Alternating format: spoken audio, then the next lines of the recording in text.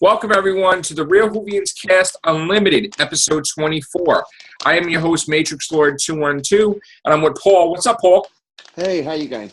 All right, so the Real Whovians Cast Unlimited, everybody can only appear once, and it basically focuses on the individual member in the particular episode.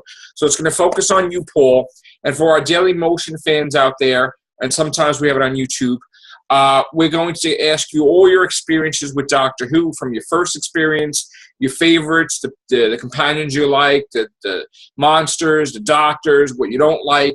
So I'm going to ask you a whole bunch of series of questions. Are you ready? Mm-hmm. Okay. So when did you first watch Doctor Who? First time I can really remember watching it was back in the 80s. Okay. But I do have some vague recollections of it in the 70s. I was born in 67, so I was probably about 13, 14 when I really started taking an interest in it. And that was when it was taken off, because it used to be on Saturday nights back home in the UK. And then, for one reason or another, Jonathan, whatever his name was. Nathan Turner? That's it, yeah. He pulled the plug on Saturday night, or BBC pulled the plug on him, and they said, no, you're going to get a midweek slot instead.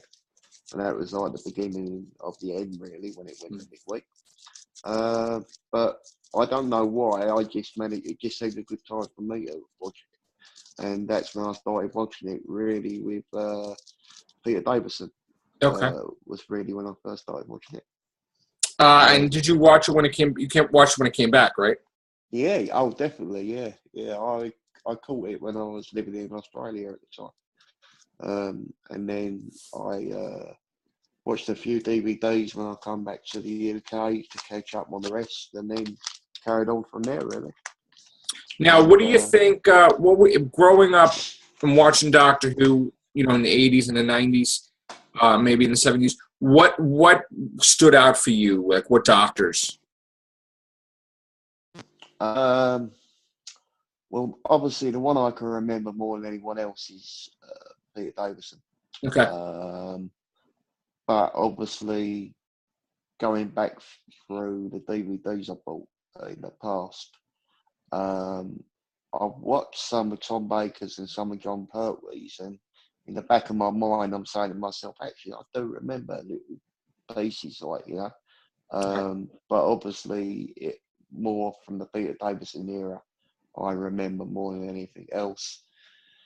And it's funny, I don't really have a recollection of the monsters per se. It's more of the assistants who the Doctor had. The companions, more of a reference point on me rather than the monsters.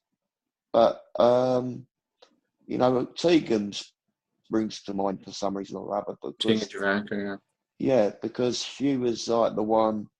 I think the Doctor just dropped off at the airport at the end of when she finished, and but she was always like the gobby mouthy one, if I remember rightly, which goes without saying for Australians. Just a joke for that other guy who comes on your. But no, it's Adric, of course. He came to a sticky end, but it's round about that era which really sticks in my mind. But I can't recall all the monsters. I recall some of them, and obviously watching back the Pertwee ones and the Baker ones, they certainly do stick in my mind with the Autons. That really freaked me out when I first saw them. I think I spoke to you about them last time. What about New Who? Like when the Weeping Angels and villains like that, do you like them? Yeah, I do. I think earlier Doctor New Who from the earlier days, I think the monsters were more stand out than they had more originality about them than they seem to now. I don't know why. It seems more character development. Yeah, more character driven now than it was back then. It was more about the entertainment with the monsters, etc., etc. Whereas now it seems more about, the characters, even using Christmas Day as an example, which just gone with the episode. Right. Really, what did you see? You saw a few brains in a jar with eyes, and apart from that, it was pretty same. But it was enjoyable. Don't get me wrong, I loved it. But I think it just seems more character driven. How do you like Capaldi? He's growing on me. He's been a slow burner, very slow burner. I love Tennant. I love Smith. And I hated you the other day for bagging Smith for about half hour. You spent a whole half hour, 40 minutes, you and the other guys, just really, what's he going to do? He's got no work. He's got no this. He's got no that. And I thought to myself, well, hold on. I'm sure he's tied down for another 3 seasons of the Crown or whatever it is. Yeah. And that's probably going to take up, 7 months of the year. So, and I remember he went on the Graham Norton show in the UK, and he said, I'm going to be doing the Crown for the next few years. So, good luck to him. But yeah, going back to Capaldi, at first, it took a long time for me to get used to him because, the affinity I had with the other guys. But now, yeah, he's showing a more, a softer, vulnerable side. When you seem to be coming across as gruff and grumpy all the time, that doesn't really, float my boat. They're writing for him better, I think. Yeah. Because they really couldn't, I guess, identify with what kind of doctor he was going to be. No. And they kind of made him all grumpy and am I a good man and crazy and make it where Clara wouldn't even like him. And then, Yeah, with the phone call and everything from Matt. Which I thought was a waste of time with that whole nonsense. But, I wasn't happy about them, why he chose his face. Because I was one of the ones that felt he don't choose his face. It was just like something, maybe the Time Lords chose it for him or somebody chose it for him.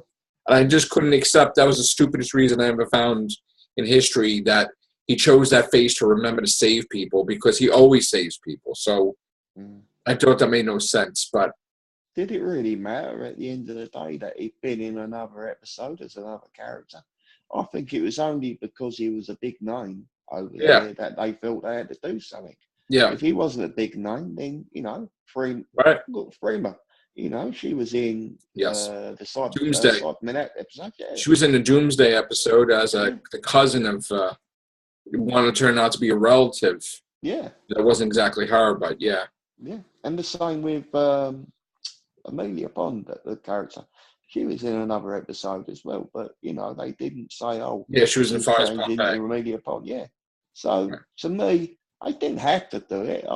It didn't really worry me that he'd been in another episode and I had to explain why, it was just that and the other. Yeah.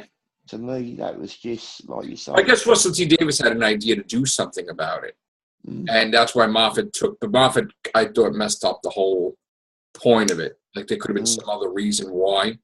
And it was just fell flat, I guess. Just like when The Great Intelligence was in the season finale, season cliffhanger, whatever. Now it fell flat, too. Moffat is he's like an enigma, you just don't know where he's going next. He takes you on one journey and then he decides to take you down a very... We try to figure him out and we can never... Yeah, you can't, because when you look at his past, pre-Doctor Who... I remember Coupling. I used to watch Coupling. Yeah, a lot of it was sitcom, I loved Coupling. I thought that was fantastic. Yeah, and even Press Gang. I don't know if you saw Press Gang. Didn't see that, no. But that was a children's program, but it ran for a good 6-7 seasons, and the guy, I had a good cast, and that helped. But there was light comedy as well in that show, so it showed off Moffat's, aptitude for, comedy. Do you like him in Sherlock when he does Sherlock? Do you watch that? Yeah, I do watch Sherlock. I love Sherlock, and sometimes I can't understand the plot at all, but there's just something about it which is so endearing. The character, in fact, is more endearing in a way than Doctor Who is, Yeah, But he always gets Doctor Who Sherlock is a different perfect. beast, Sorry? He always gets Doctor Who perfect. And not Doctor Who, he Yeah, always gets Sherlock perfect. perfect, yeah. And then Doctor Who isn't perfect. And I'm like, why can't he do the same way? Well, maybe it's because Sherlock is more of a joint enterprise with Mark Gatiss, and I think Mark Gatiss has a big say as well in the script and maybe the script editing, But I think with Doctor Who, it's pretty much when he's writing an episode, Stephen Moffat's a one-man band, and who's he gonna get to look at it? Does he show these scripts to Mark Gatiss? I don't think so. He probably. I think he kind of chooses the scripts for all the writers, which I don't think is a good idea. So maybe that's how things get screwed up a little bit, If you're going to write about this, they should be able to write what they want to write as long as it's within budget. Yeah. And they just go with it and add the little things if they have to, Yeah. But, since he's come back, yes, it's a different animal entirely to what it was before, and yes, you've got all the bells and whistles and everything thrown at it. Are you excited about Series 10 coming up? Yeah, I am. I'm more excited now than I was a week ago. Before I saw the Christmas special. Right. And the Christmas special has perhaps renewed my faith in a way. Yeah, me too. Because I'm more looking forward to the chemistry between the three guys when they're in the TARDIS together. The Doctor and Bill, Bill, Even Missy, how she interacts with them too. Yeah, definitely, and that was it. Episode 1 of the last season, I think it was, when Missy in the first. Missy Clara, the first 2 episodes, Yeah, that was great. That was great, and then we had a few. Then we got some clunkers. And I thought, I got one. I'm like, yeah. And I think I said it to you before. If they go back in time too far, I just go, When they get it wrong, they get it wrong. Wrong, yeah. I'm like, what the hell is he doing? He's doing, yeah. That whole thing with, I keep getting the net laughs. I keep getting the names wrong. Under the Lake or Before the Flood, whatever. That whole thing about they took from Torchwood, where he was in that sarcophagus for 100, 200 years, and he woke up. That was Captain Jack. They totally stole that from Russell T. Davis's Torchwood, that the Doctor was in that thing for 100, 200 years. That was crazy. So I still haven't watched Torchwood. Still haven't watched it yet. Yeah. I know. I keep meaning to. And actually, I was around when the first episode came on, I think, of the 3rd season with Children of the Earth. Yeah. Yeah. That was a good season.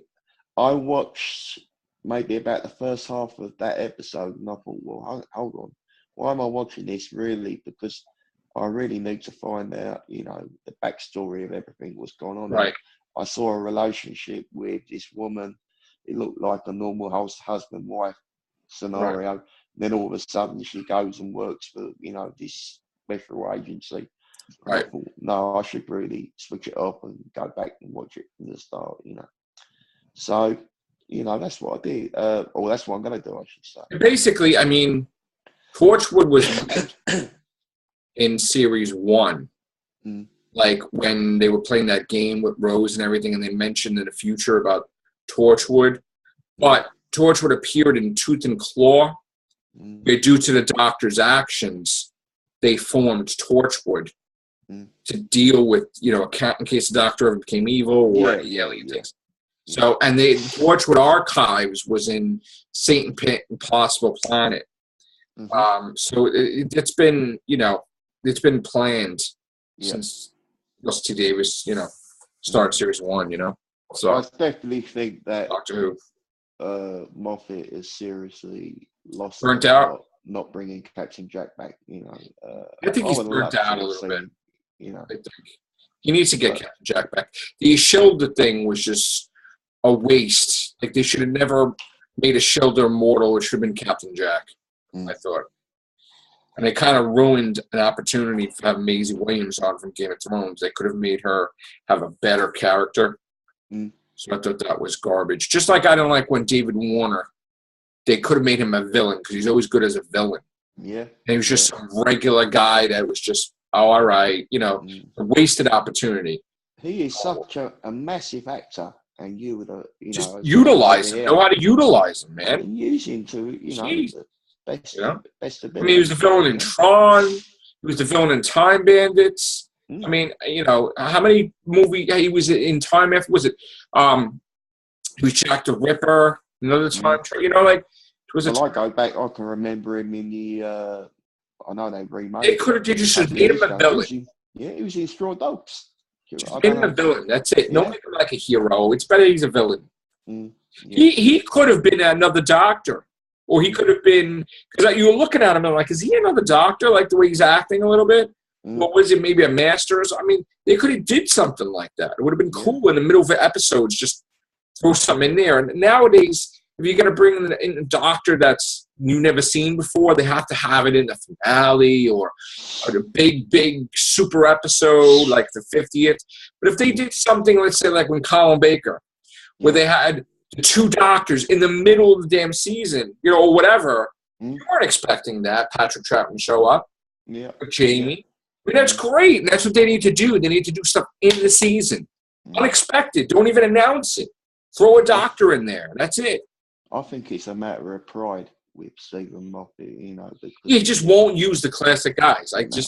He said time and time again, like, you know, oh, we can only do that sort of thing for special. He makes excuses. He could do it if he wanted to do it. I've seen all the speeches at Comic-Con and all the rest of it, you know. He could just bring it back. It's baloney. He could have the Doctor go in this room, and it could be hooked up to him where he's talking to the Seventh Doctor, Sylvester McCoy, as a hologram. With his personality and everything and looking older. But just be a hologram, and it would make sense. You know? And so, it's an absolute crime that he hasn't brought back. E. Chesterton. You know, that is or Carol Ann Ford.